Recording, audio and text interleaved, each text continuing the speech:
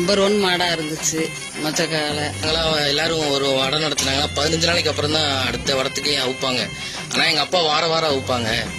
எங்க சித்தப்பா பேர்ல தான் மாடை வைப்போம். KRL முருகானந்தம் நாட்டரசங்கோட்டை மச்சக்காலை அப்படின்னு சொன்னா எல்லாருக்கும் தெரியும்.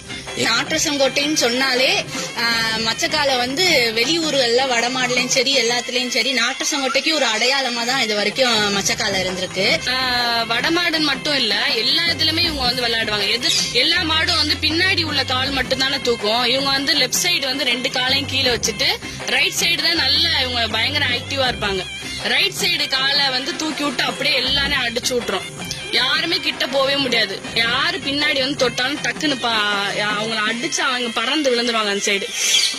ஆனா ரொம்ப குத்தாது, பயங்கரமா ஆடுவாங்க. இவங்களுடைய விளையாட்டுக்கு ஃபேன்ஸ் நிறைய ஜாஸ்தி. நிறைய ஊர், அதாவது எங்களுக்கே தெரியாது இந்த மாதிரி இவ்வளவு ஃபேன்ஸ் இருக்காங்க அப்படின்ட்டு.